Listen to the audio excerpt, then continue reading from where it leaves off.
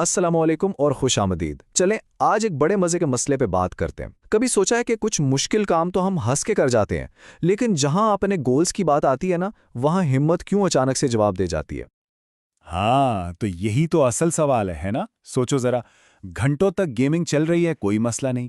नया नया रिलेशनशिप है, तो भाई सर्दी हो या गर्मी, मिलने जाना है तो जाना है। या क्रश की एक झलक देखने के लिए धूप में भी खड़े हो जाएंगे। मतलब ये सारी तकलीफें, ये डिस्कम्फर्ट हम लोग खुशी खुशी झेल लेते हैं। लेकिन जैसे ही अपने करियर या कोई स्किल सीखने की बात आती है ना, तो जरा सी भी मुश्किल ऐसे लगती है जैसे पहाड़ टूट पड़ा है। तो भाई सीन क्या है आखिर? चक्कर क्या है? और ये जुमला तो सुन सुन के कान पक गए हैं, सच पूछो तो। हर मोटिवेशनल स्पीकर, हर बड़ा, हर टीचर, सबका एक ही तकिया कलाम है: अपने कंफर्ट जोन से बाहर निकलो, तभी कुछ बन पाओगे।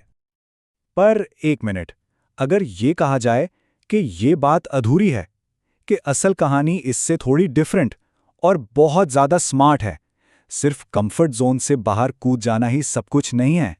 असल में आगे बढ़ने का एक बेहतर तरीका है। अच्छा, तो चलिए असल ग्रोथ के सीन को डिकोड करते हैं। अपनी जिंदगी में ना 3 जोन्स होते हैं, और परफॉर्मेंस का सारा गेम इस बात पे डिपेंड नहीं करता कि टेंशन कितनी ज्यादा है, बल्कि इस बात पे कि टेंशन सही लेवल की है या नहीं। ये चार्ट देखें, इससे सारा सीन क्लियर हो जाएगा। एक तरफ है टेंशन, दूसरी तरफ परफॉर्मेंस। अब देखो, अगर टेंशन बिल्कुल लो है, मतलब फुल चिल माहौल, तो परफॉर्मेंस भी ऐसी ही सुस्त रहती है, बिल्कुल उस स्टूडेंट की तरह जो एग्जाम का कोई स्ट्रेस ही नहीं लेता। दूसरी तरफ अगर टेंशन फुल ऑन है, हद से ज्यादा, तो बंदा पैनिक कर जाता है, दिमाग ब्लॉक हो जाता है और परफॉर्मेंस फिर से नीचे।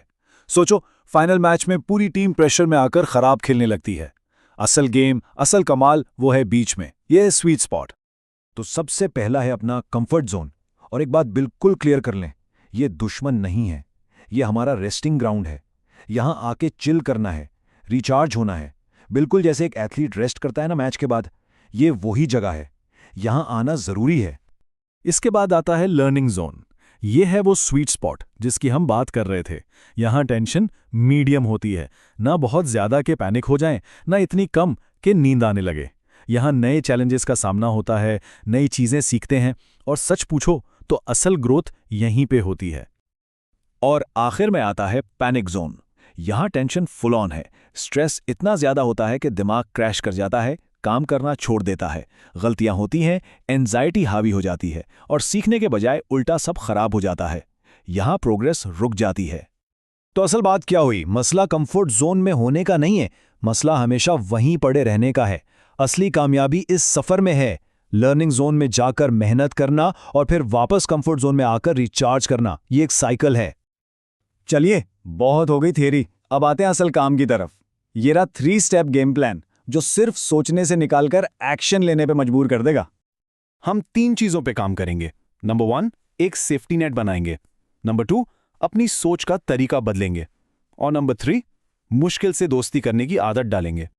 तो स्टेप नंबर 1, हमारा दिमाग है ना, उसको कोई भी रिस्क या थ्रिल लेने के लिए पहले एक सेफ्टी नेट चाहिए होता है।